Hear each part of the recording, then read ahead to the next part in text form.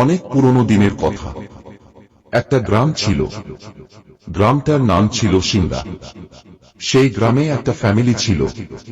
ফ্যামিলিতে 4 জন লোক, তার মা বাবা আর ওরা 2 ভাই।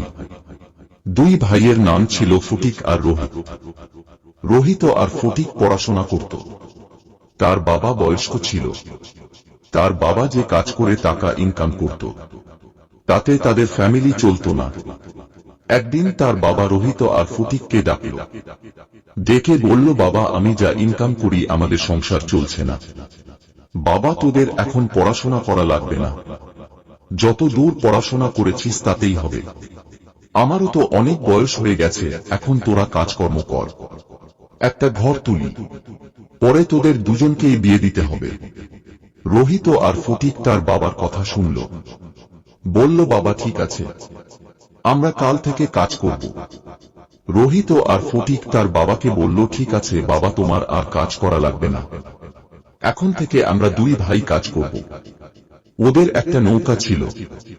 তারা 2 ভাই প্রত্যেকদিন মাছ ধরতে যেত, বিকালে যেত আর সকালে আসত। রোহিত আর ফটিক প্রত্যেকদিন অনেক মাছ পেত। তারা খুব খুশি হতো মাছ ধরে।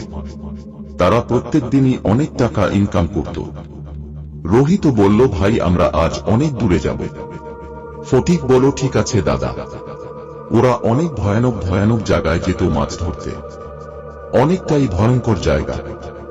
একদিন ওরা রাতে নৌকো নিয়ে বেরোল, একটা ভয়ানক জায়গায় গেল।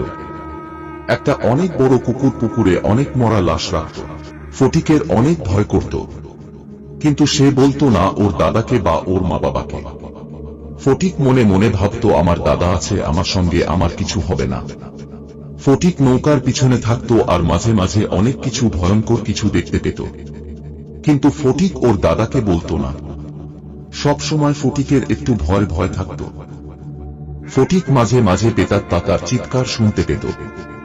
মাঝে মাঝে ফটিককে জানো ডাকত, কিন্তু ফটিক বলতো না তার দাদাকে।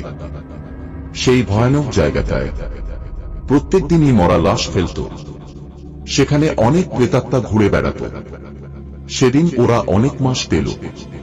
ওরা মাছ ধরে নৌকায় বসে আছে। কিছুক্ষণ পরে ওরা দেখল মাছ অনেকটা কমে গিয়েছে। নৌকা থেকে ফটিক বলল, দাদা মাছ তো নেই, অনেকটা কম লাগছে।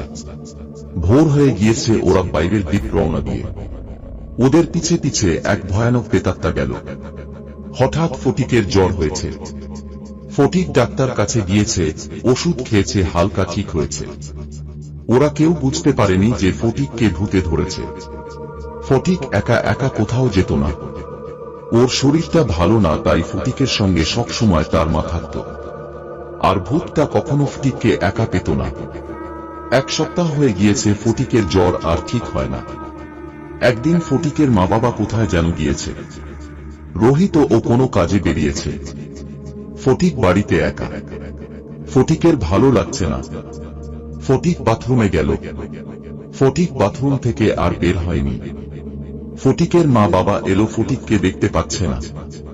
ওর মা বাবা ফটিককে ডাকছে। হঠাৎ রোহিত এলো। ওর মা বাবা বলল, রোহিত, ফটিক কোথায়? রোহিত বলল, কেন মা, ভাই তো বাড়ি ছিল, পাচ্ছি না তো, কোথায় যেন গিয়েছে, দেখ তো বাড়ির নিচে। রোহিত খুঁজে পেল না। অনেক খোঁজাখুঁজি করে রোহিত বাথরুমে গেল। বাথরুমে গিয়ে দেখে তার ভাইয়ের ঘেঁটি ভেঙে বাথরুমের ভিতরে ঢুকিয়ে রেখেছে। রোহিত চিৎকার করে ওর মা বাবাকে ডাকল। ফটিককে বাথরুম থেকে বের করল। ওরা কেউই বুঝতে পারছিল না যে ফটিককে ভূতে ধরেছিল। তাই ফটিকে একা পেয়ে ফটিকের ঘেঁটি ভেঙে বাথরুমের ভিতরে ঢুকিয়ে রেখেছে।